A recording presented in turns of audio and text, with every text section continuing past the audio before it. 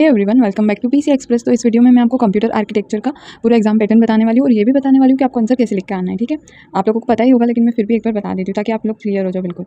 तो ये आपका मेजर फर्स्ट रहेगा और थियोरी वाला पेपर आएगा। ओके, ये जो पूरा पेपर है वो 100 मार्क्स का है और आपकी जो सीसी वगैरह हुए थे प्रैक्टिकल प्रोजेक्ट तो उसमें टोटल 30 मार्क्स के हुए होंगे वो लोग, है ना, हो गए होंगे वैसे तो।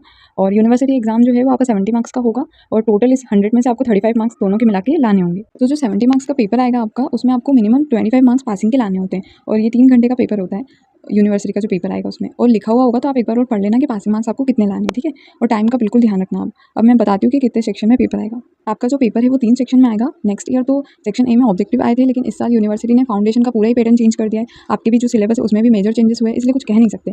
तो हम ये मान के चलेंगे कि वेरी शॉर्ट ही आएंगे सेक्शन ए में। और ऑब्जेक्टिव आ जाते तो अच्छी बात है, आप लिख लगा के आ जाना, अदरवाइज मैं आपको बताऊंगी कि आपको कैसे आंसर लिखना है वेरी शॉर्ट का।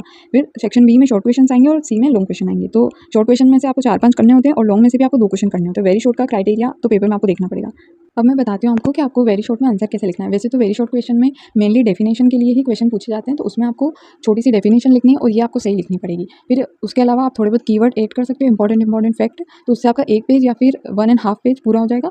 तो उससे वर्ड लिमिट भी पूरी हो जाएगी और हम सेफ जोन में भी रहेंगे। तो ये टाइप है, आप इस तरीके से आंसर लिख के आ सकते हो वेरी शॉर्ट का। वैसे तो हमारी यूनिवर्सिटी की कॉपी A4 साइज़ की आती है, तो उसके लिए भी मैंने आपको बताया आप ऐसे लिख सकते हो आंसर, लेकिन यूट्यूब के लिए मैं आपको ऐसे क्लियरली बता रही थी। और एक बात और, जब आप लोगों के हाथ में पेपर आए तो अच्छे से सारे सेक्शन देख लेना। वो सेक्शन चूज़ करना सबसे पहले जिसमें आपको सोचना कम पड़े और आपको पता है कि हाँ मैं लिख सकता हूँ, इसका आंसर तो मुझे आता है। तो वो सेक्शन के जितने भी क्वेश्चन लिखने होंगे आप पहले लिखोगे, देन आप सेकंड सेक्शन पे मूव ऑन करना। इसमें सेक्शन का सीक्वेंस नहीं होता, लेकिन क्वेश्चन आप आगे पीछे मत करना, जिस सेक्शन के उसी में लिखना और क्वेश्चन भी लिखना, क्योंकि उससे आपकी कॉपी भी अच्छी लगेगी और जो टीचर प्रोफेसर आपकी कॉपी चेक करेंगे उनको भी अच्छे से समझ में आएगा कि किस क्वेश्चन का आपने आंसर लिखा है। ठीक है, सेक्शन बी में आपसे शॉर्ट क्वेश्चन पूछे जाते हैं। मैंने एग्जांपल के लिए एक क्वेश्चन लिया है कि हाफ एडर को लिखिए ट्रूथ टेबल के साथ। तो आप पहले डेफिनेशन लिखोगे हाफ एडर क्या होता है, फिर ट्रूथ टेबल बनाना, फिर बूलियन एक्सप्रेशन लिखना और फिर इसका सर्किट डायग्राम बनाना। और डायग्राम तो आप ऐसे कोशिश करना कि जितने भी आंसर है मतलब ऑलमोस्ट अगर उनमें बनते हो तो अच्छे से छोटे से बना के आना, उससे आपका आंसर ना बहुत अच्छा लगता है। ठीक है, और मार्क्स भी अच्छे मिलने की चांसेस होते हैं। और ये बात ध्यान रखना कि हमें ज़्यादा कॉपी भरने पर ध्यान नहीं देना है, बस वर्ड लिमिट का ध्यान रखना आप लोग। और क्या बोल रही थी, हाँ मतलब अगर हम सोचते हैं कि हम 2 क्वेश्चन अच्छे से लिख के बाकी की कॉपी ऐसे ही भर के आ जाएंगे तो वो गलत इंप्रेशन पड़ता है आप लोगों का, क्योंकि जो आप 2 सही लिखते हो वो भी उसके मार्क्स आपको कम मिलने के चांसेस होते हैं। लेकिन अगर हम कॉपी भी कम भरते हैं और उसमें भी सटीक आंसर लिखते हैं, मतलब ऐसे कि रिलेटेड हो, थोड़े बहुत मन से हो, तो उसके अच्छे मार्क्स ही मिलते हैं हमें और पास भी हम इजीली हो जाते हैं। तो आप इस बात का बिल्कुल ध्यान रखना कि आप कम लिखो लेकिन अच्छा रिलेटेबल लिखो।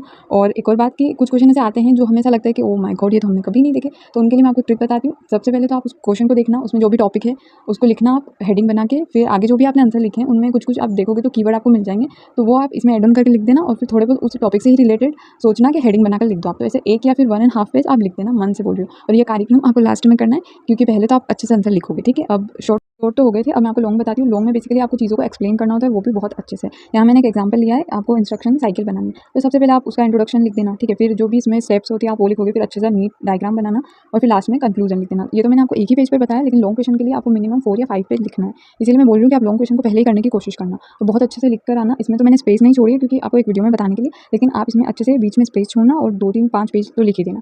और शॉर्ट क्वेश्चन में आप कोशिश करना कि आप 3 से 4 पेज लिख कर आओ शॉर्ट क्वेश्चन में, हाँ, क्योंकि आप बीच में जगह भी तो छोड़ोगे ना। और वेरी शॉर्ट में तो मैंने आपको कहा कि 1.5 पेज लिखना और कोशिश करना कि उसमें ज़्यादा आप जगह मत छोड़ना। आप अपनी तरफ से कोशिश करना कि आप अच्छे से लिखकर आ सको। ठीक है, और मैं क्या बोल रही थी, हाँ, अभी ये बिल्कुल नॉर्मल है कि आपको एंजाइटी भी होगी, टेंशन भी होगी और एंड तक ऐसा ही लगता रहेगा कि हमें तो कुछ नहीं आता, लेकिन आपको ऐसा बिल्कुल भी नहीं करना है क्योंकि टेंशन लेके आप अपना ही नुकसान करोगे। जो टाइम आपको मिला है आप वो भी वेस्ट कर दोगे। और मेरी बात सुनो, एक दिन में भी पढ़ के हम अच्छे से पास हो सकते हैं ना, और अभी तो हमारे पास टाइम है, तो कोशिश करो आप कि जितना भी हो पाए अपने आप पे लोड मत डालो पहले तो, और अच्छे से पढ़ाई करो। और वैसे भी ये कॉलेज है, थोड़ा आप रिलेटेबल लिखोगे तो भी मार्क्स मिल जाएंगे, तो ऐसा कोई इशू नहीं है कि हमें पूरी की पूरी वो जो थियरी वो छाप के आनी है, बिल्कुल भी ऐसा नहीं है। ठीक है, और आप टेंशन लोगे और अभी गर्मी भी इतनी है कि आपका सिर दर्द करेगा, बीपी लो हो जाएगी, तो फिर कोई मतलब नहीं होगा, एग्जाम भी हम अच्छे से नहीं दे पाएंगे। तो इससे बेहतर यही है कि आप एकदम फोकस रहो, शांत रहो और अच्छे से करो, जितना भी हो पा रहा है उतना करो। ठीक है, इंसानी दिमाग में ना बहुत पावर होती है, रॉकेट भी इंसानों ने ही बनाया। तो आप सोचो ये तो नॉर्मल एग्जाम है, आप कर ही लोगे। ठीक है, और मैं भी भगवान से प्रे करूँगी कि आप सबका एग्जाम अच्छा जाए और आप सब पास हो जाओ। Okay, all the best for your exam. और कुछ भी हो आप कॉमेंट कर देना।